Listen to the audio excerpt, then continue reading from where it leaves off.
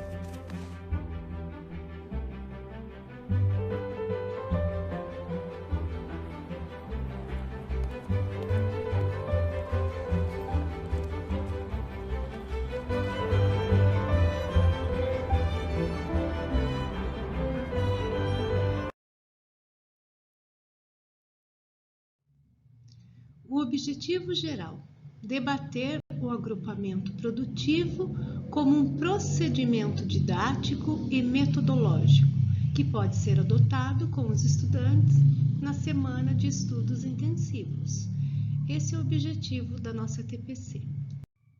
Objetivo específico: fortalecer o trabalho do coordenador de gestão pedagógica, o antigo PC, agora é coordenador de gestão pedagógica, de modo que o mesmo propicie em sua unidade escolar um espaço de formação, reflexão e análise da prática, possibilitando assim a construção de competências que contribuam progressivamente para a efetivação da profissionalização permanente no espaço da unidade escolar.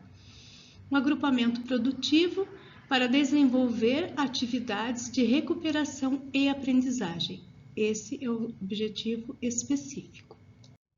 Aqui eu trouxe para vocês um recorte, tá, sobre agrupamentos produtivos, né, referenciado pelo Vygotsky, né, que se refere à distância entre o nível de desenvolvimento real, o que a criança consegue fazer de forma independente, e o nível de desenvolvimento potencial, ou seja, relativo ao que a criança consegue fazer com a ajuda de adultos ou de algum outro parceiro mais experiente.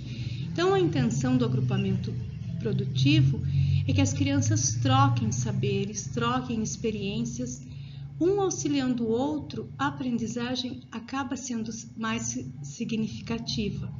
Então, existem as interações, né, como é chamada de interações cooperativas. Isso tudo faz parte dos agrupamentos produtivos.